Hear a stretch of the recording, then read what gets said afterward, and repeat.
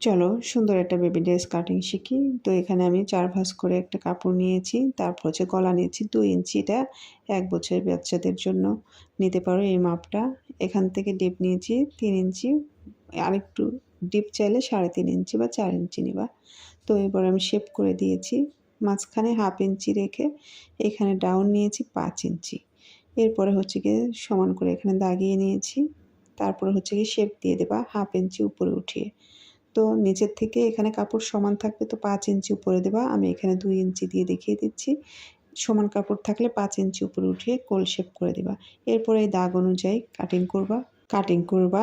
আমি কাটিং করে নিচ্ছি। তোমার বেবির জন্য এরকম সুন্দর ডিজাইনের একটা জামা তুমি নিজে ঘরে বসে তৈরি করতে পারবা। ভালো লাগলে অবশ্যই পেজটা ফলো দিয়ে রাখবা নতুন নতুন ভিডিও পাওয়ার জন্য। তো এরপরে হচ্ছে গিয়ে আমার কাটিং হয়ে গেছে, দেখতে তো কি সুন্দর লাগতেছে। আমি সেলাই করে তোমাদের দেখাচ্ছি আসলে সেলাই করার পরে কেমন হবে। 1 পার্ট সেলাই করেছি, তোমরা 2 পার্ট সেলাই করে পরে জয়েন করে নিবা সাইডে, এতটুকুই।